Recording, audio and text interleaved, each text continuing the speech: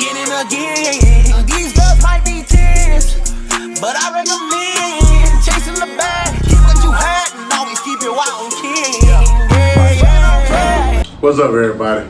Today we got a Jonesboro legend with us today, Mr. Don Curry. Yeah, your favorite fetish, man. Man, I was gonna ask you, just so everybody know, what side of JV you claiming? I'm East Side. Okay. Grew up on the East Side, Fisher Street. Fisher Street. Just gotta go ahead and throw it out there. Oh yeah. All the old ones on Fisher Street. So it is. Yeah. The Reynolds, Andersons, Currys. Then a lot of them, the young people, they probably don't even know them because they didn't move on. Yeah. Stuff like that. But that's why I came up in the East, man. We still see each other, love each other, man, rock with each other. East Side. East Side till I die. I think over half the people I know from the East Side. Yeah. Some of the strongest ones, Yeah. From the East Side. That's where it all started from. Oh, it is. Don't disrespect to the North Side. I love them too, Yeah. Really, all of Jonesboro, that's my people, Yeah. Because back then, it was like different. It was like, it was coming up, and everybody that was here, everybody stuck together, and it was really like, one family. Like how they used to say, if somebody saw you out there in the street, they can whip your tail and send you home, and you get another whipping. Yeah. That's how it was. The whole community was, I gotta ask you on that one. Yeah. I'll wait till we get there. But the kids don't understand that right now. I don't know. I'm trying to tell the kids that because when they get into something, I'm like, we're going to find out. They don't understand how or why. I'm like, everybody know everybody and we look out for each other, especially when it comes to the kids. Yeah. Well, that's the worst whooping you can get back in the day. Yeah. Well, worst two whoopings you can get if you messed up in school or if you disrespected a grown person. Them two things you did not do, you go get 2 or 3 whoopings behind that. Oh, yeah. Well, go get that phone call. Go get that phone call. It's a wrap. Oh, yeah. You already know what's coming. Yeah. And you got the whole community, like I say, you got the whole community policing you and stuff and everything. Yep. I remember playing, before they had like AAU and all that stuff, it'd be like people like volunteer and they had like little, little basketball teams and stuff like that. Yeah. And they had started that up, so I went and, joined one of those teams at the old Y and stuff. And I was having so much fun, and then after the game, shout out to Marvin Pickett, he was on the team. And having so much fun, there was another dude, Glenn Bobo, he used to be here. He was pretty good. He probably saw him in the paper at JHS and stuff. We went over his house, that's when, y'all know about that. That's when Atari first came out, first video games. Atari, Glenn had Atari. After the game, went over his house, we playing that game. Sister Marilyn said something, and I was like, what? She said, it's 10 o'clock. I said, oh shit. By that time, my mama, my aunties, all of Jonesboro out looking for me. Yeah. So my Aunt Jean found me, she whipped my ass, sent me home, and my dad was at home. He whipped my ass, put me to bed and stuff and everything. My mom was still out looking for me. Yeah. She came home, got me out the bed, whipped my ass. My dad was like, hey, I know how to whip the boy. I got to there because she was still out there. She was still out there. They didn't play then though, man. But that Atari, they got me a good ass whipping. So that's a total of 3 to 4 hours? Yeah. That Atari, that was the first real like console was getting, back in the day, first video game, The graphics sucked, but, My dad had bought me an Atari. Did you? Because he wanted me to play the old school shit that he grew up with. You didn't like it, did you? I mean, it was alright, but it definitely was like going from like GTA to then just fucking Pong. Yeah, the blocks, the graphics, Once you already had all that, you see the old stuff we played, you be like, I tried it, like, not Atari, but like as the new systems came along, they redid some of the games. And I'm like, it's not the same. Y'all playing on a new system, but when it had a little bit of the old graphics, it just didn't feel the same as playing on the original. Well, I let y'all younger generation have it and everything, because I did the thing. When Atari came out, when they came out the Nintendo, I was killing everybody. Tecmo Bowl, I was king, grandmaster. Because nobody in Northeast Arkansas beat me, so I just left it alone right there. Retired as king at that Nintendo. Y'all can have the PlayStations, Even on PlayStation, what was it? I hated playing with you in Madden. Oh, yeah. I won't get nowhere, man. All it took, You mad, you ain't with nothing. Just getting me. I'm like, man, I'm done. Yeah, don't get around. Them new games now, you give me 2 seconds to figure out what the buttons do, then I'm on you. Right. And I think about the user reason why I got into gaming heavy, so Oh yeah. With the PlayStation 1 and 2. Mm-hmm. Oh yeah. With the PlayStation, all I'm playing like Twisted Melt. I'm killing yeah. it. I got the right car. You ain't messing with me. You ain't messing with me. We all used to play that game right there. That was it. Yeah. The PlayStation, boy. Yeah. Other than that, when it came to sports, I was like, man, nah. Okay. I couldn't get all that down on you killing it. You know, see if I can find that trip Twisted Metal to bring back some old memories and stuff. Yeah. Cause that one of the first games where like 4 people could play at the same time. Yep. You know. And I used to like hide behind pyramids and shit. That's how I say, like, you cheat. Nah, Take I'm pot just in shots the at right people. spot. I'm just in the right spot. Man, I thought we used to do that. Yeah. Well, that's how I used to get my little weird in. Yeah. Shit. Man. Yeah, times didn't change and stuff. Oh, yeah. You know. Well, that's why we're trying to get the kids to realize they ain't gonna realize Yeah. the music, everything. It's all different.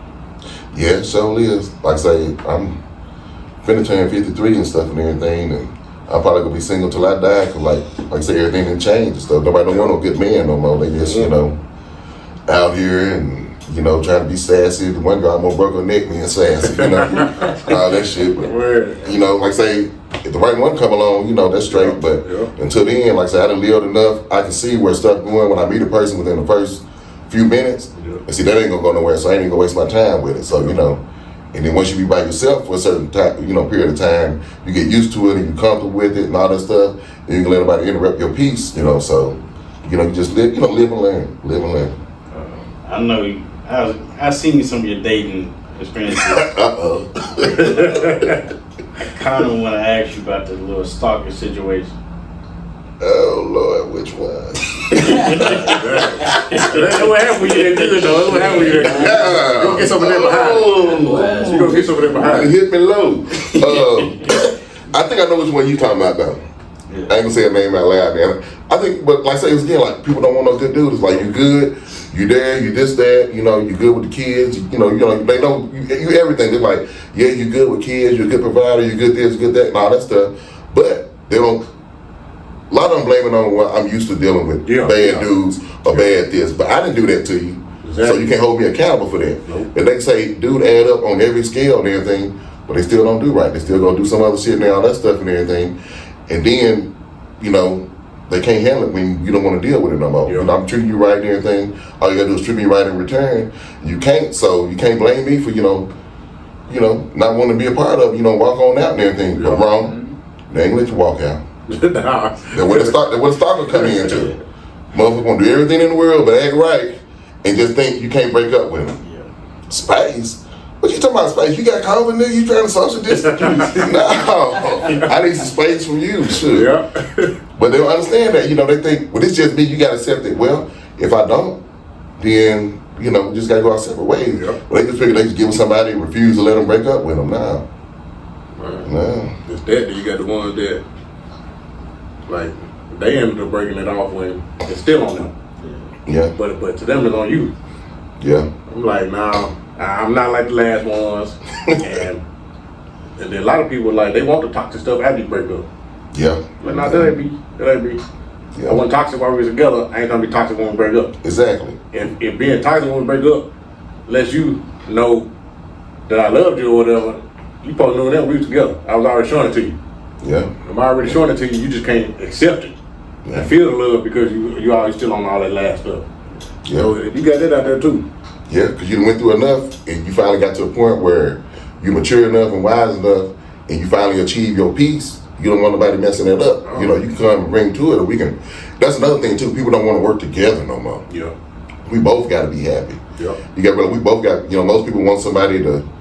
They ain't got nothing going on, this, that, but they want like Prince Charming to come and swoop them out of the project, and now you living in a mansion and this, that, and your attitude still fucked up. You just, and you ain't trying to work with them on nothing, or, like back in the day, a lot of us when they was coming up, they had, they got married, or some people, I don't say old lady, but their girlfriend or whatever, they work with them, because like a lot of them like good with bookkeeping, accounting, or just, help with the business, grow the business, But a lot of people don't want to do that. They just want a millionaire to come in and they ain't got to change their attitude, they just got the sassy attitude. Who gonna be a millionaire and come get you and you ain't got nothing going on and you mean to them? you don't do this, you don't Carly B, I don't cook, I don't clean. Hell, goddamn, you better make some money then. I'm telling you. You better get paid. Hey, you better have the #1 rap album to your ear. That's what you go depend on. Bring something to the table. Yeah. I want to ask y'all got any like little stalker situations? No. Well, you already laughing. Mine was different. It's weird. It's weird. Like, she'll watch everything on Facebook. And she'll see who I'm with. She'll make a fake page and send that person a message. She already gathered enough information on me to know what I got going on, what I'm doing, whatever. She'll throw that in her messages and try to make it look like it's something. Then be like, oh, I'm glad I got them back, you know what I'm saying? Now you can go, hold on. You know what I'm saying? You making it sound real good. You know what I'm saying? But when you send this message, and all this time before you send this message, I've been right here with this person, so this person know you tripping. Then you're using the fake page, you know what I'm saying? It's crazy. But like, we all know who it is. So I'm like, man, it's just crazy because it's been a while. And it still happens every now and then. Every 3-4 months, pop back up. And I'm like, I ain't even talk to you. But you probably not doing this and that in hopes of whoever I'm with leaving me alone. They're thinking I'm gonna come say something to you. But I don't understand why people never get that. Like, even as whatever little side chicks or whatever it could be, you want to cause a problem with this one, so they ain't together no more. What make you think a real dude don't want to come to you after that? You think you won that situation now? Yeah, I'm pissed off now. You messed this up. You think I'm about to run to you? No, it ain't about to work like that. But a lot of people see it that way. Yeah, but they don't understand. I don't think I can tell people like relationships these days. You just got to work on yourself and be, the best you can be. Yep. Work on yourself, be a better you. Because if a good person do come along, you ain't ready for it. Because you ain't worked on yourself and stuff. So you don't know how to even handle a decent relationship. Mm-hmm. So everybody, just work on yourself, be the best you can be. And then when you two good people meet, then y'all can make it. Instead of one person just doing whatever and just refuse to let you break up with them. Yeah. Shit. I don't really think I had no stalking situation other than just occasional driving past the house or whatnot. Oh, nigga, I'd have been almost ran over everything. I done that's why the car gone. And then I ain't lying, man. I'm like, this ain't, and it wasn't even nothing. I hadn't really done nothing or nothing. That was just man and got out of control and stuff. That mother went down the street, come down the street, and got about close from here to that wall. I was in the car. I had 1 foot in, 1 foot on the hood. I was talking to my friend. I was waiting for him to come out because he was riding with me. So she got about close about here to that wall. I knew it was too far for the So I dove in the car. Then whole left side gone and stuff. Now if I just said, you dove into? Huh? The car you dove into? No, it was my car. I dove in the car. Because it was too close for her. I knew she couldn't turn or, it was too late. So I just went ahead and dove in the car. If I wouldn't have dove in the car, I'd have been all, messed up and everything. Right. But it's just like, it was just mud wasn't getting their way. And nobody had really done nothing to them. But they just couldn't control not having their way or things going the way they, Now I'm going to get in trouble for this and everything. But sometimes women do that a lot. They don't listen to you. They don't think about how you would feel about it. They play a whole scenario out in their head before y'all even had a conversation. Yes. Now, and they thinking, well, if I say this, now you supposed to say this. When I say this, you supposed to have said, no, I wasn't. I supposed to say what's on my mind when I was, But they already play out what they gonna say and what you gonna say too. And then when you don't say exactly how they played that scenario out, then they don't know how to handle it and everything. Now you supposed to say, and they'll do stuff just to see your reaction. They'll say something. If that wasn't true, then why you say it? I just want to see how you, what you was gonna say, how you was gonna react. Everything's like a test. Yeah. Well, I don't do good at test. I don't do good at test, man. No matter how much I study, I ain't no good at test. I'm a BB, man. Yeah, you play up scenarios, I already lost. Yeah. It don't matter what I say. I already lost. If you play the scenario in your head and expect me to say a certain thing back. Yeah. Did that story top the hospital pop-up though? Hospital what? Pop-up. Hospital. Oh. Like I said, y'all picked the right one. I didn't look, anything you can experience in life, I didn't experience it. I had a stroke like some years back.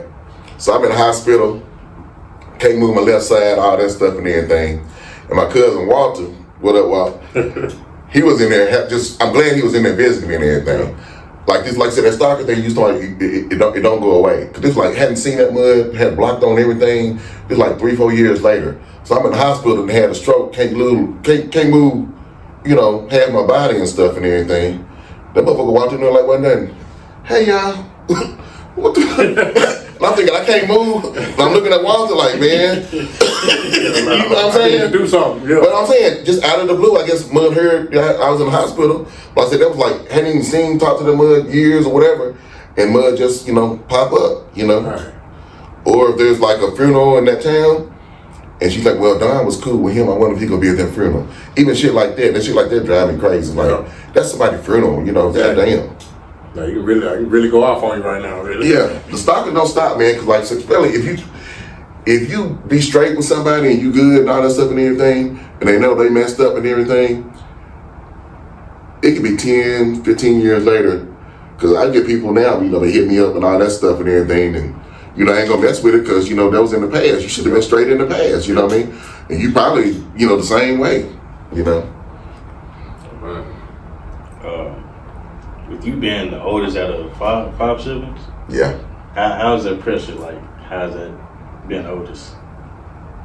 Well, like I said, my folks got divorced. I was like 11, 12 years old. So I was the oldest, so I had to step into that,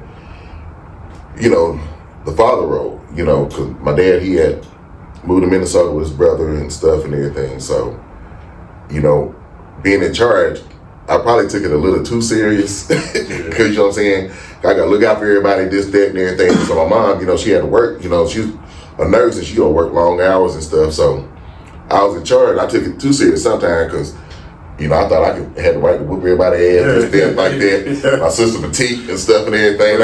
I had put a belt on her and I'm only 2 years older than her. I'm trying to whoop her. I mean, I was out of control that first year. You ready to fight? Yeah.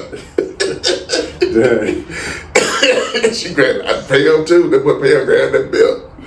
She told Tina, go call mama.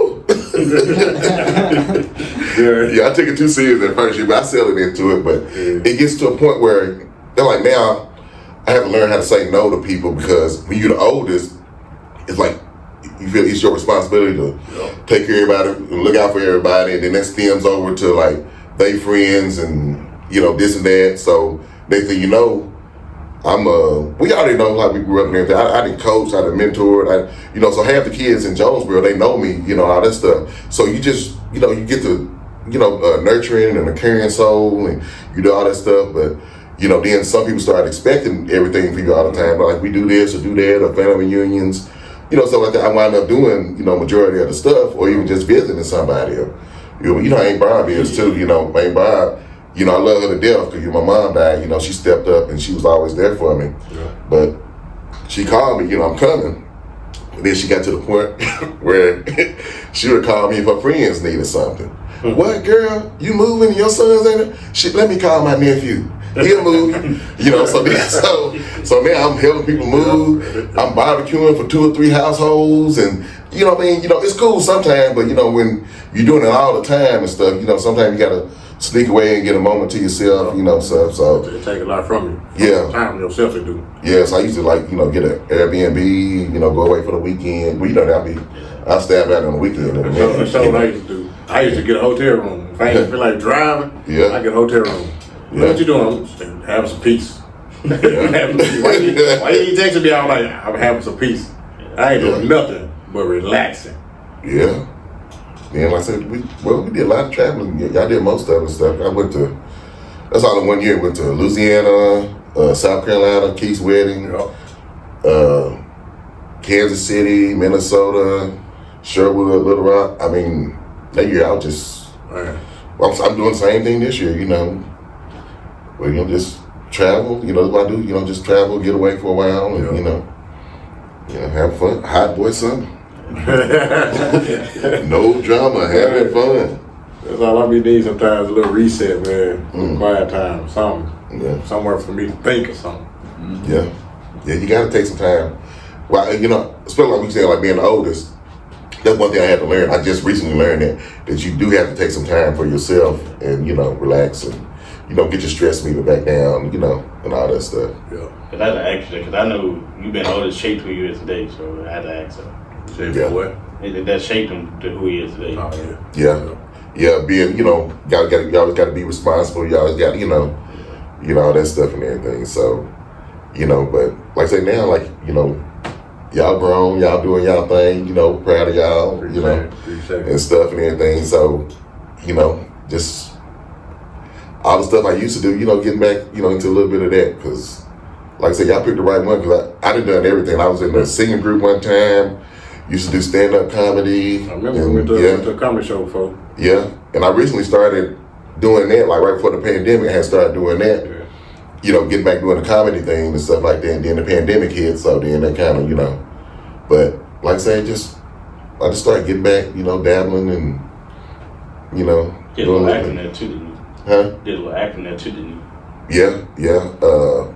I don't know if it's ever gonna come out though. There was a movie called Glamour. I was in there and stuff. Yeah, Glamour. Glamour. Yeah. But you know, it ain't came out yet or nothing like this. So hopefully it'll come out one day. What about the Fun Fact Fridays on Facebook? Yeah, I used to do that Fun Fact Friday. Everybody love that, man. Yeah. But on that, it's like the social media thing. Is like I just, you know, my main thing is like spread love, laughter, and knowledge. Yep. So I started doing, you know, a couple of videos and stuff. Everybody liked it and stuff. So I just started doing that, you know, having fun with it and stuff like that. And it started blowing up and stuff. And then it got to the point where y'all know, like social media, if you get to a certain point, then they gonna see you stuff for monetization and this, that, and then they send you a little money and stuff. You're like, oh, okay then. But once you get to that point, then you gotta start putting your personal, let people get to know you and all your personal stuff and all that stuff to go to the next level. Yeah. And as far as my personal stuff on social media, you know, I just keep most of my stuff to myself and everything. Yeah. So that's why I kind of, you know, ain't done really, you know, too many videos and stuff like this leveled out because my personal and inner stuff and everything, I still keep that personal. Yeah. That's why I tell people all the time when we watch these shows, and I'm like, y'all know where the drama came from? Yeah, they had a little drama and that was real. Yeah. But now it's like they paying them for just the drama. Yeah. So I'm like, Or I mean, even the producers will make drama. Yeah. They'll start saying shit though. They'll start saying stuff. They'll say, "Oh, well, you did this or you did that," or even the best ones, they'll have them to be like, "Hey, I'm gonna need you and you to argue about this, even though y'all already squashed it, because we need those views." Yeah. That you know, that sells these days. yeah, that was I couldn't be in nothing like that. Because at the same time, it's selling for them, but it's ruining us. Yeah. It really is. So I'm Yeah. like, I wouldn't put myself in a situation for that little money. Yeah, but you know, like the funny videos and stuff like that and everything, or, you know, entertainment and stuff like that, but the ones that, you know, like you're fighting or like marriages breaking up in front of the camera on social media, and, you know, some of that stuff, you know, you don't need to see that, you know, man, you know, because the kids going through that and they gonna see it, even if they don't see it when it happened, if it's on social media, they gonna see it at school or one of the kids go tell them or, you know, or tease them. Yep, I said they gonna hear about it first, and they come with the jokes or whatever, trying to bring you down. Yeah. It go farther than that. So I want to go back a little bit to childhood because, you know, if you grow up in Jonesboro, there's an Annie Kim, there's a MacArthur, you got to pick a side. So I just want to let me hear a MacArthur story or something like that. I know you told me a few stories about after school fight and a whole bunch of stuff. So. Well, I seen they were 2 stories now. They saying they working on it now and stuff. Yeah. Back then it was like, you know, small, it was like 3 buildings, and where they had like a little tetherball court. Yeah. And, you know, that's what we did and stuff. But you know, some stories I probably can't tell, but you know, we played ball and we, you know, and well, I can't, you know, put that out there though that it wasn't right for black people back then, you know, like the sports and stuff like that. They, I don't know, the boosters and all that stuff, they pretty much control the teams. And then there's certain stuff that, you know, like I said, we came up, my parents, it was worse on them, but we still came up on the end where like racism was still, you know, pretty bad, you know, and we was, if you go down Matthews, the graveyard right there, that's what we used to fight at.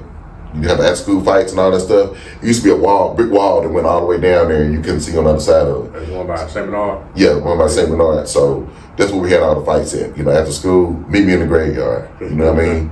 And then mother playing the dozen, talking about people, mama, and stuff like that and everything. So, and I was pretty good at it. So,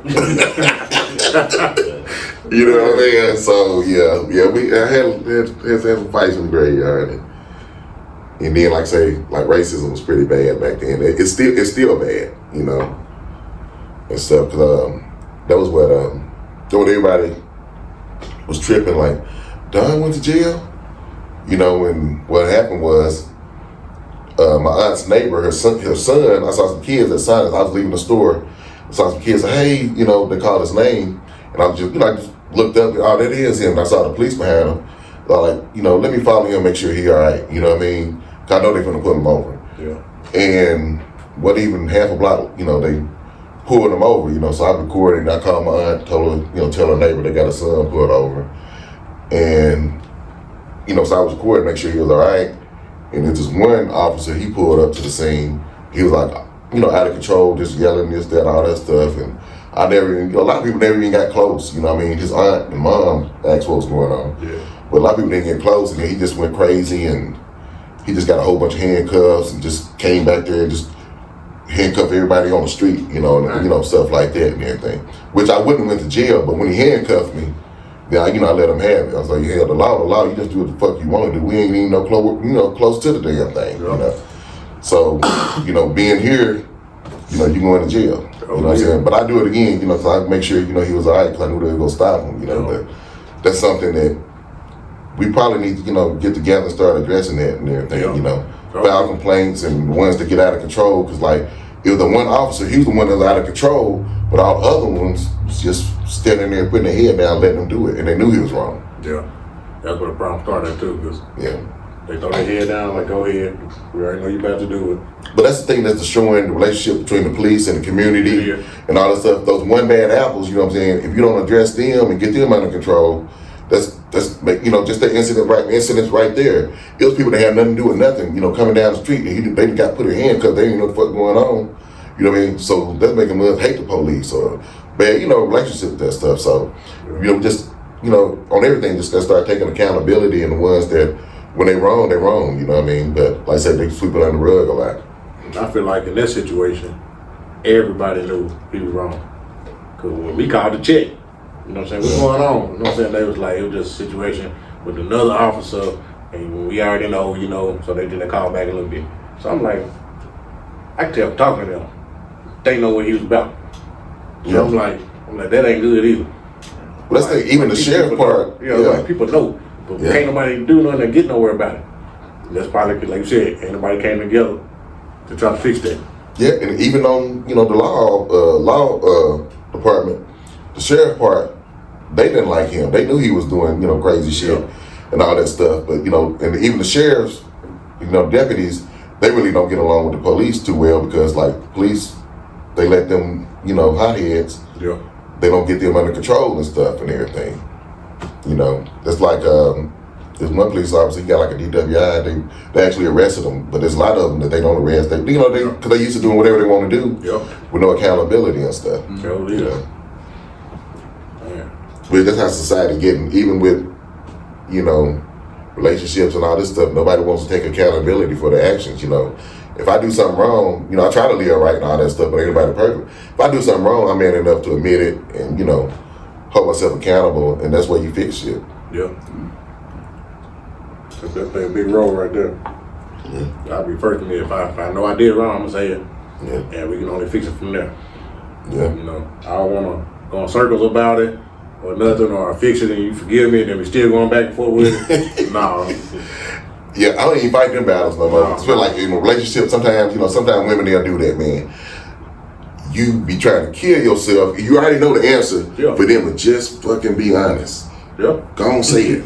I already know the answer, but they gonna keep on lying, this, that, going around it, this, that, and everything, and change the subject. Well, I've got to get some egg. I got to go to shop. Every goddamn thing in the world. Break that conversation out. Yeah, so I don't know if everybody just start taking accountability. I mean, that don't mean you go die, somebody go kill you because you take accountability. That means you got a focal point where you start, you can work on it and fix it and stuff and everything. Mm-hmm. Yeah. Man, we just need everybody to do better. Yeah. Right? Yeah. Just not let it be one-sided. We in this together. Yeah. Yeah, being a man takes a lot of patience. Yeah. Yeah. It do. Yeah, I got to throw that one in there. It's like, Zach, those years ago, we start driving, learn how to drive and all that stuff and everything, And, your mama, she the salt of earth, love you, everything. Your mama, she wasn't too patient and stuff and everything. So she's like, you gonna have to teach that boy how to drive. So I'm like, okay then. So when I get in there, I'm telling Zach, I say, when you get in there, when you're in the car, you're in control. You're in a position of power. If you go to turn the spill, left, it's going left. If you want to go right, you control the car, you make it go right. If you want it to stop, you can make the car stop. You are in control. If somebody in the passenger seat, you tell him, shut the hell up. I got this. Yeah. You know what I mean? Yeah. So we was going to give him a driving lesson and everything. I said, yeah, man, you got everything. I told Zach, I said, watch out for the stop sign. He said, shut the hell up. I said, God damn, you learn fast. Fast learner, that's my boy. That's how you do it right there. What y'all don't know is there was a whole set of angels. You said it was a what? There was a whole set of. I don't know. Yeah. Right. I didn't do that though, but I did catch him slipping or hit the brake a little hard on him, so he was proud. I think everybody feeling like that though, we creeping up like 18. Yeah. Zach don't want to drive yet. I'm like, his time coming, he gonna do when he realize. Zach got to drive. Oh, yeah. He ready, he gone. Yeah. He gone. That's like the same time when he really opened up and came out the shell. Yeah. Cause Zach wasn't a big talker or none of that. Yeah. It's like around graduation. Everything. He came out to drive and to talk and everything. I'm like, okay, there goes Zach right there. He came on out. That's what we been waiting on. Well, the thing is, it just depends on a certain people that Yeah. get that. Not everybody got that. So Yeah. I was always that same person, just who I spread that. Yeah. We sitting at the we at the red box. So we picking out movies. Zach got like a Mizzou shirt on. The guy next to him started trying to say, "Oh, like the shirt, didn't it?" Zach laughed at him. Man, that's all you gotta say to the man. Zach was aim. I don't even remember. Okay, I get it. Yeah. I get it. You know what I'm saying? Yeah, he be on the stilts and stuff now. Like, it was hard for me at first, but I had to keep you didn't know it, I was just struggling on the inside. I was trying to hold back. He grown. I gotta let him do his thing. But I'm nervous about the drive. Like we went out to college, about you being over there, and then like at football practice, hearing gunshots and shit like that. I was worried, but then I was like, nah, he a man now. If he need me, he gonna let me know. Yeah. And you just gotta let y'all grow up. And y'all, I'm proud of y'all. Y'all doing great. Y'all killing it. That's how it was that too, being big brother. When I first left college, I mean, that's a drive. You know what I'm saying? I'm looking at it like, I don't want to do the drive every day, or the weekends or whatever. I'm like, that's a drive. I'm sitting there thinking about it, I'm like, man, is that straight? Yeah. Boy, he killed it. He was doing the thing, man. Yeah, that'd be straight. Yeah, that'd be great too, man. You be looking out for your siblings and stuff, man. That'd be straight. Long no dog don't get after you. Oh, man. See, y'all got the right one over here. Like, I'm your pops now. I got good stories, man. I can remember you was a baby. I came to the door, and Zach was a baby, still in Pampers and stuff and everything. And whatever street was, Parkwood, whatever street was on. Yeah. And this dog shot out. Marquise, Brittany, Oscar froze up, said, no.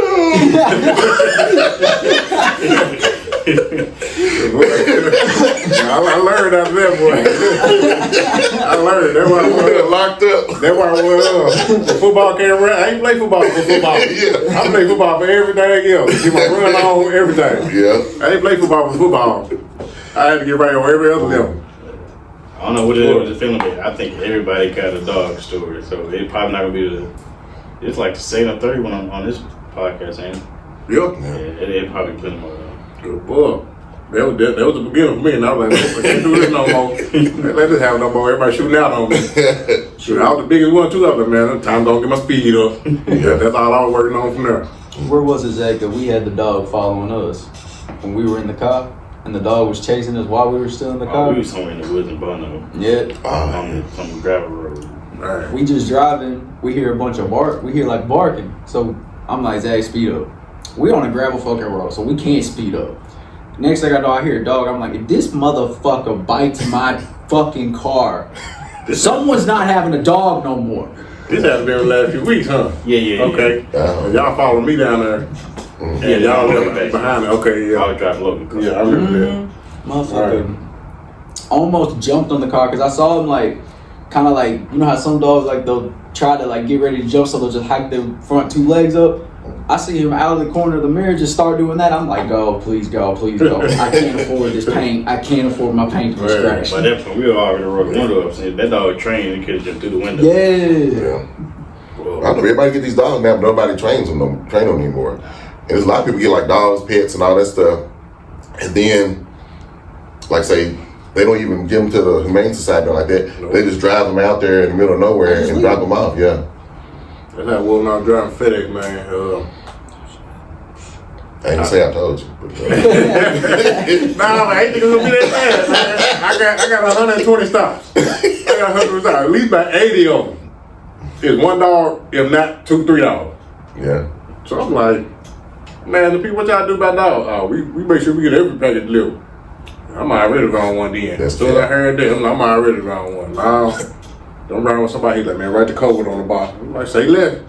Yeah. I pulled out of one house. I had to get it to where I could turn around. By the time I turned around, like $7 right there. I ain't coming up out this truck. Write the code out, put the box in the back. Next day, another boss riding with me. Yeah, you forgot to drop your package off yesterday. I said, you gonna find out why too. He said, well, I ain't letting no dog stop me. Okay. He pulled up, there was one dog sitting out there on top of the air conditioner. He said, man, this dog talking about. I said, keep on. He get out the truck, took about 3-4 steps. All the rest of them came from around the corner. I said, man, I told you. I told you how many it was when we got up here. You thought I was playing. Yeah, then when you're on the road. Yeah. He walked it on up there. I'm like, man, you different. That ain't me. That's not me. I still ain't doing it. No, like you ain't gotta do that stuff, man. Like I say, that's been years here. If you got a dog, you can't get to the door. You just code it up, man. Yep. You know your life more important than That's what I tell a dollar. him. So I'm like, man, it ain't worth it. Well, whoever said contract, they were just trying to get you to do that stuff, Yeah. man. Cause nah, I'm like, man, this is not worth it. yeah, Especially not me. Me and dog. Then I see more than one. yeah. Man, as a trainer, I'm trying to tough it up. You know what I'm saying? All right, cool, let's do this. I'm walking up to the house. There's an igloo out there. I'm like, cool, ain't nobody out here. I get close, dog looking at me. So I'm gonna have to keep looking at you the whole walk. Make sure y'all don't get up out of there. So I'm walking about, looking at him the whole walk. He looking at me. I'm like, see how it go. I made it back to the truck. It was a couple times like that. Then they like, take the picture. I get to another dog sitting on the porch, right where I gotta let the box in. He like, make sure you get a dog in the picture. So you're lucky I'm doing that. Yeah. After a while, I don't know, man, I ain't doing that. Because it could be that one day this dog don't feel like, you know what I'm saying, being bothered, and he just gonna come get me. So like, it ain't working. Yeah, but like I said, must get these dogs. They can't control them. Don't train them. None of that stuff. Or if it's something they don't need a signature, you take the picture, all that stuff, and everything. You hit a dog barking behind the door. You leave the thing, and you get halfway back to the truck, motherfucker, open that door. Thank you, and the dog. Phew. Yep. You like you. Well, I ain't say that. Yeah. But yeah, you gotta train these dogs, man. They had these dogs because we're coming up. You know, we all had dogs growing up and everything. But I trained mine. I even trained a dog to talk. Alright. Yeah, it was. We lost the frisbee. Where the frisbee at? On the roof. It was on the roof. He's asking Frisky, you hungry? Yeah, you had the bird too, didn't you? Oh yeah, the pretty bird. Yeah. Alright, I remember that one. Had a gas leak. That's what killed her. Right. Came home. Yeah, my bird was dead. I remember that too. I remember what did it. Yeah, it was a gas leak. Right. Man. That's the only time I That's been around like a a pretty bird bird. like that. That's my bird, man. I love that bird. Oh, Me man. too. Quincy, I didn't like that bird. No. That's my dog. Rest in peace, man. Man. Well, all in all, I said we had, pretty good fun growing up. And, I hope y'all had fun growing up. Alright, we did. You know. You telling me about something about you and your brothers used to prank each other. Something was biking ball. Now. Huh? It was biking ball, I want to say. Motorcycle or something. Motorcycle. Yeah. You Oh, we did so many. Said somebody cut the chain. Oh. Like you got a scar or something on you before, and I had asked you about it. Oh, no. there was one of my kinfolks. I ain't gonna mention his name, but it happened when we was young. But he had got married, and I was over his house visiting with him and his wife and stuff, and he happened to have on some shorts, and I saw that scar on his leg, and I was like, oh, I said, that scar ain't never go heal. You still got that scar, huh? And then his wife like, you was there? I was like, yeah. What happened to you? I said, nothing. She said he had told her he had the scar and he got stabbed in the gang fight. But when we was kids, the pedal broke. He cut his leg. Right. But he had told her he got the scar in the gang fight. I was like, yeah, I was there. You might have got shot too or something. Oh, yeah. It's hard. We used to do all types of pranks, even with cups. I mean, just crack the door a little bit and put that cup with the water on there to open the door. But when y'all was young, I haven't seen them anymore. But you know, little things that the fireworks that you pull the string and it pops. Yeah. Yes. I used to rig the doors up in the house like that when they was little. He stayed at Golden Grotto get us on something. Get us on something. That's why everybody asks man, go to Golden Grotto. Because I already know that's where you get a lot of stuff from. I think I pranked your kids one time with Golden Grotto, so they got some fake worms on the toilet. Yep. Y'all got sting one time. It was a little bitty book, but you open it, you put like a cap in it, so you open it, it'll pop. Yeah. But on top of it said sex report. So I had laid it on the dresser upstairs. I knew it coming. I heard it downstairs. Your mom opened it. I heard a pop. She's goddamn it. Boy, it was a little bit of everything, man. Oh yeah, we especially the one house we used to barbecue all the time, and every weekend that movie, back then that was the shit when they came out the TV. They had a DVD player in it. Yep. We had that man out there barbecuing, and every weekend watching Norbit. Used to love watching Norbit, Rasputin. Right. How you doing? Yeah, it'd be plenty of time I come outside, the TV out there playing. Yeah. All right, out there chilling. I think you the prank king, as far as I know. Yep. Oh yeah. I had retired from that, but I can always get back into it. Well, that kind of made me get ready to go and do it. Yeah. That's a good idea. Yeah, you might. I don't think they'll be ready. Your kid be like, but I know they're gonna come back with it. That's why I ain't did nothing yet. I know they're gonna come back with it. There's more than one of them, so I'm like, I'm gonna get hit double time. That might be the worst one. Yeah, I'm gonna get hit double time. So I'm like, I don't know. Yeah. I think I'm gonna try something. Yeah. But most of them jokes I got from I had a partner. He was from what's the state with all the potatoes and all that stuff? Yeah, that's what I was about to say. Idaho. And out of pimp.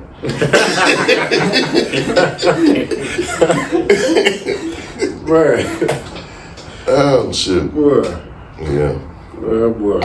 You one of like the few men to go to the military in our family. How was it experience as far as being in the military? Oh, that was crazy as hell because I worked that summer after high school and then I went to the military. So I was like 18, fresh, what do we call them? Green, all that stuff. And I went straight in. And as I went in, we had the stuff going overseas. So as soon as I went in, basic training, it was a war going on. So I went straight to the war and stuff. So I went pretty much from being in high school, kicking it, balling, playing ball, stuff like that, to a year later, I'm in the middle of the desert in a war zone, so, and then the MOS that I had was, I was a 19 Delta /10, and that's like a scout. And the scout, you send 6 idiots. Before you even come up with a war plan, before you come up with anything, you send 6 idiots over there to find out where the enemy is, how many of them it is, where they got minefields, this, that. So it's sending information back then so they can come up with a plan. Yeah. So if 6 idiots, if you get caught, you can't fight a whole army, 6 idiots. Uh-huh. Well, you can call artillery and stuff in on that and stuff and everything, but like I say, you just, I don't know, it was, I don't know, it was, I don't even know how to describe that. It was just different world and stuff and everything, you know. Then especially the MOS that I was in, you ahead of the front line. So, you know, I've been blessed all my life, so I'm blessed to, you know, make it back and, you know, still be here. Yeah, and be sane. Yeah. Every movie you watch about it, people get home, they all automatically messed up. Yeah, cause you see some fucked up shit, you know, like the inside of a body sitting on a seat, you know, you blew the track up, you know, jump like that, and you know it's gonna bother you. And then you had other stuff too, like people that was married, their wife was getting pregnant by you know, another dude, and all this stuff, and you know. It was just so it was a lot of stuff, but then like I say, those were like the old school, you know, military guys. When I was in there, the sergeants and sergeant majors and all that stuff, and you know, and if it's in you, it's in you. Cause like when you go over there, you know, like war zone and stuff like that, you can been in there 20 years and have this much rank and all that stuff. But once the bullets start flying, you know, they panic, turn into a, you know. Yeah. You know, they got to put them in the back, you know, or whatever. He supposed to be controlling everything and stuff. And like I say, it was just so much stuff that you know, you couldn't even imagine and stuff and everything. And especially going over there, it was mud passing out from the heat. Like it was 100-something degrees over there. You had to get acclimatized. You know, when we first got over there, it was mud just passing out from the heat and stuff. And then, you know, after the first month or so, we was over there. There was some people going, I got to get back over there, and my wife, and this, that, and everything. And it was one sergeant major. Like I said, my old school guys, they gonna kick it to you real. He said, look at here. Y'all need to quit crying about going back home. About your, you know, I know you got your wives, your families, and stuff over there, but we over here to do a job. You signed up for it, and we leave when they say we can leave when this stuff is over with. And for those of y'all that's worried about your wife, if you married a lady, she's in the United States right now being a lady. But if you met your wife butt jumping at the club, she over there butt jumping at the club. That broke some niggas' heart right there. That makes sense. Yeah, that makes sense. Yeah, she over there, just so happened, like I said, I was blessed. I was single when I went over there. I didn't know it at the time, but there was a blessing. I was single when I was over there. You know, so I didn't have that problem to worry about. Yeah, but that being single probably helped. Like mind-wise. Yeah. How long you stayed? I was in there at that time. I was in there for like 2.5 years. At that time, that was the last year that you could only be in there for 2 years. Okay. Then they made it like 3 years or more. But then, like, I was a scout, so there's like kind of specialized training, and it just came out with the new vehicles like the Bradleys and the M1s, reactive armor, and all that stuff. So my basic training and AIT was combined, you know. Okay. And because they had like the new vehicles and new, you know, specialized stuff and everything, so they had to tack that on there. So I had to do like 2.5 years. Okay. Yeah. You got any like highlights, like any good memories from the city? Oh yeah, well, you know, just like anything, it's like any type of team or whatever, you know, you become like a family and stuff like that and everything. And when you went, like, did you go with people you knew? Or nah. Everybody you didn't know? I didn't know not a single soul. Right. You know, like I said, I went out of high school, and they kind of messed it up because, like, I was supposed to be assigned to a Fort Benning, and there's a Fort Stewart unit that was going too. But like I say, I was coming straight out of basic training, straight to over there. So we went to the thing, so the orders got mixed up. So I was actually over there with the Fort Stewart unit, but I was assigned to Fort Benning because the paperwork got messed up. And we got over there, we got mixed up or whatever. So we did load muds on planes, you know, shit like that. So the people I grew was over there with, you become so tight knit and all that stuff. You become a family. But then when we got back, Fort Benning was like, "Oh, we need him back." For what? Y'all don't know me. Y'all ain't never seen me. Yeah. You know, it's, you know, stuff like that. So I had to, you know, learn new people and stuff like that. And the craziest part, like I say, when basic training, I went straight, you know, over there. But once I got back here, and like as far as the military life, when I had to go back to Fort Benning, it was Columbus, Georgia. That's a town right outside the post. So they had this street down the middle when you come out the post, and it was like, you know, about 15 miles long, and they called it Victory Drive. The only thing that was on there was like strip clubs, liquor stores, and lingerie shops. So when I first seen it, I was in the car with somebody. It was going by there, and I saw some girls, like Macy's. They in the window like Macy's, the store window, the storefront. So they in there, they panties and stuff. I said, damn, they're selling panties like that. They said, boy, you so country. You go in there and get more than just panties. Yeah. I said, I ain't gonna lie, man. I've been around a little bit, but we ain't got that in Jonesboro. we ain't got no panty models in the windows of shoes. Nope. I said, yeah. You meet some new stuff. Everywhere you go. I said, no, we ain't got that. Right. You keep up with anybody still? No, we did that, like at first, but then over the years we kind of then lost touch. There's one guy, shout out Jay McClanahan. He's from Pocahontas and stuff. Me and him still, communicate like on Facebook, stuff like that and everything. But yeah, then kind of find out that I knew his sister. I met him when I was in the military. Yeah. I knew his sister. His sister was married to my cousin, and stuff. So. Small world. Everywhere you go, you'll meet somebody that you know. But I didn't know him at the time that I had knew, his folks and stuff. So I know like Pocahontas ain't too far. Oh no. Yeah. How would it like coming back from the military and actually adapting to the regular? I don't like I said. I think like you was talking about earlier, like being the oldest, to be more responsible and how to deal with your stuff internally better and stuff like that. So, when I got back, I was already kind of halfway used to dealing with my own problems from the inside, and I was strong in that aspect, So, but really, when I got back, like the first year or whatever, you just didn't want to be around nobody, and then I had developed a stuttering problem and stuff like that and stuff. But like I say, I guess it all depends on your faith and how strong you are. If you're dealing with yourself and stuff. But over a period of time, you just acclimate back into society. But like I say, some people couldn't. They had problems and they couldn't really, shake it. Yeah. All right.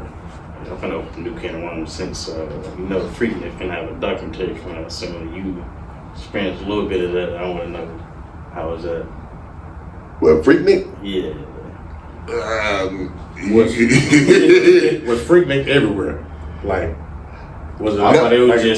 Did you have to go somewhere to be part of it, or? Was something in Jonesboro, one going on in Atlanta, one going on here? Or? Now, Freaknik was Atlanta. Okay. And then I guess over the years, it kind of filtered. Everybody had their own versions of it and all that stuff. But I lived down there for a little while, but I never was here and went to Freaknik and everything. You might have to ask your aunties or something. Yeah. About that. And I ain't gonna watch the documentary either. I don't want to see the people I know on that stuff, man. Because they had to close Freaknik down, man. Those muds, they was raping people in broad daylight. It got out of control, man. Now, for people who don't know what Freaknik was, what was it?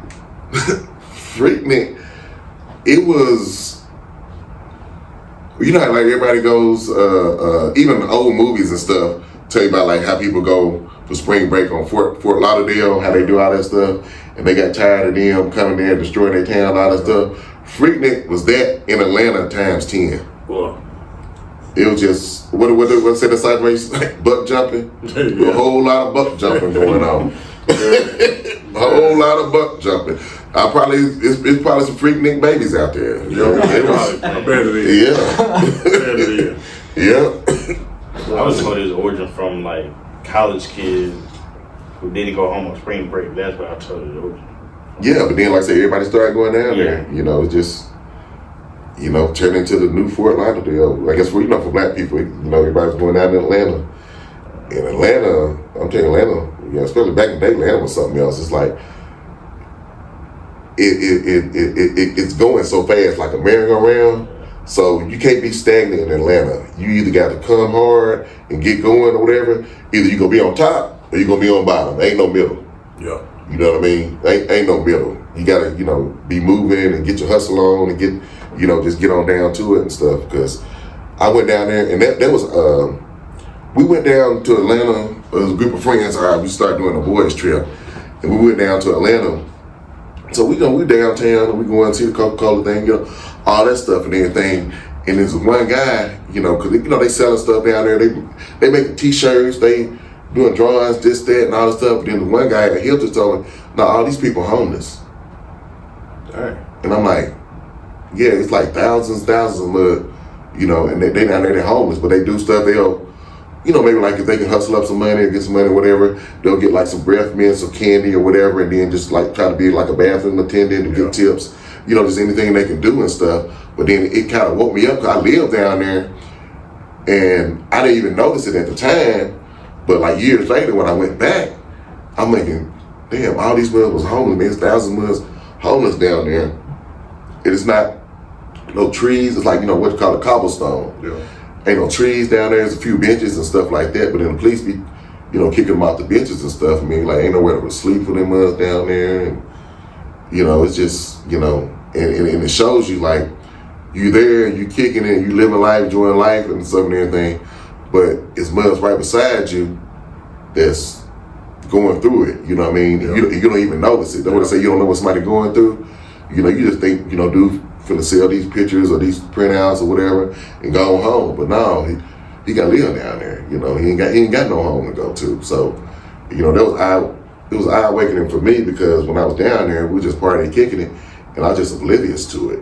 But when back to visit, it's like thousands of muds homeless, down there. Yeah. Right. That's rough. And that's already a place where the cost of living high. Yeah. Cost of living high compared to here. Yeah. You either on top or you on bottom. Ain't no middle. Atlanta is like you got to be entrepreneurship. You got to be on it. Well, Yeah. And another thing with me is like I'm starting to dabble in stuff now, but I wish I knew back then. Like when I was coming up, they just and you got to think it wasn't their fault because their parents it wasn't that far away from slavery. You know what I mean? So they go in, they out the field. So they just teaching you need to try to live right and find you a job at one of these good companies. I never even heard the word entrepreneur when I was little. So over the years here now, these last few years, I'm learning like a whole bunch of stuff. Now I'm trying to, try different avenues and create different streams and stuff like that. Yeah. And like I say, well, even with the job, like the FedEx, like I'm thinking that's, I'm there, FedEx gonna be this, that, and everything. What's got June 1st, they closed our station down.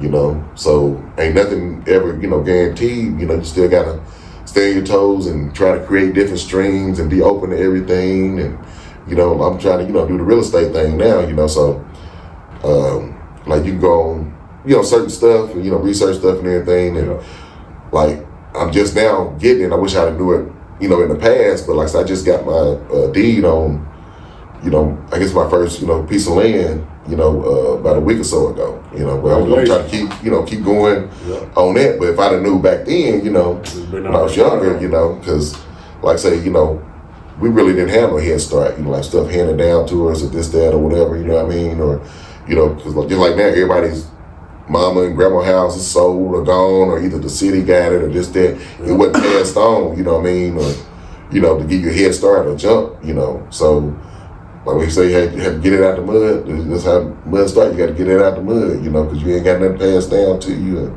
nothing on there. You got to, scrape it up for yourself. Right. I know we've probably been wrap up on time, but there's two things I want to ask you. I want to ask you the any like wisdom you want to spread with us before we get out. Yeah, pretty much like I said, this first of all, you got to think about what's important to you in life and what type of person that you want to be.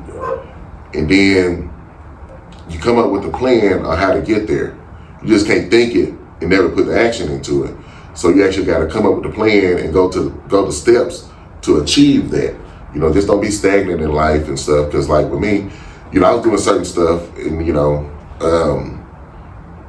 and I wish I'd have knew some of the stuff I know now then. But like I say, just be open, get as much knowledge you can. You can learn from everything. And I be telling y'all, everything. Deal with that, experiment with a lot of stuff so you can find out what you like and, and expand on it, because like working a job, because you have to work the job, do what you got to do. But if you experiment with stuff and you find stuff that you like in the area that you're interested in, it's not really a job because you're having fun doing it. You know what I mean? And that eliminates a lot, less stress on your life. Yeah, and then keep doing what y'all do, be independent. Like I said, when y'all was little, I'm saying, y'all know how to do everything. Y'all know how to cook. Y'all know how to do this. You know how to do that. Be independent. And I think that's where I got to put this out there for the women. That's where a lot of women, I think, misconstrue it when they say teach you to do stuff for yourself and be independent and all that stuff. The reason I was doing it was for the same reason, because if you're independent, you can take care of yourself and all that stuff, man. That means when you pick somebody, you picking them because you want that person or you like that person or something about that person. It ain't because what they can do, because you can take care of yourself. Yeah. So it don't mean that you don't need no man. It just means you ain't gonna, they'll keep you from picking the wrong man, because you'll be attracted to somebody that you want, but you see something in them that you want, not that you need or think he got to take care of you, or y'all work together or whatever. So that's pretty much what I can leave out there, if it made any sense. Yeah, that's That made a bunch of sense. One more thing we hit you gotta leave us on a joke. Yeah. And just how you Well, with a jokey joke? Yeah. Okay then. Well, before I do that, I gotta say another thing too on that last one. It's like you gotta make a change and get out there in society and all that stuff and everything, and get in there and start voting these people out, in these elections and all that stuff. Don't be afraid. Talk about elections, politics. I got like a Chinese partner, and we talk politics and stuff. And my name Donald, but he Chinese, but he like Donald. We got that accent and everything. He said, "Well, what do you think about this erection?" I looked at him, I said, "Shit, it's hard to tell." Oh shit. Yeah, that's good. We slid that one in on it. Yeah. It look like that's the video. Now we gonna try to get you on Walter on one. Yeah, Okay. I ran into Walter about a week ago. I was like, "Man, we're gonna need you." He said, "Man, I ain't got nothing to talk about. So I need you and Don." He said, "Oh, I'm there." Yeah, he getting there too. He just purchased a house and Okay. you want to get there. Yeah. I feel like that'll be a good video for us. Down the line. Sound like it's coming then. Yeah, I just want him to have a good story on me when I was a child. I know he got something. Yeah. Well, Does anybody want to shout out before we head out in the van? Now I'm good. I think everybody see it. Man. yeah. What's up? Y'all stay blessed. Sir. Keep maintaining, trying to keep complaining. Y'all got anybody on want to shout out? Pretty good on shout outs today. Ain't got nothing off the top of my head. Okay, yeah. I ain't got nobody. But nah, that'll wrap up. Sir. Alright. Woo. Sir. We the 870 Social Club. We here. We going nowhere. Catch us next time.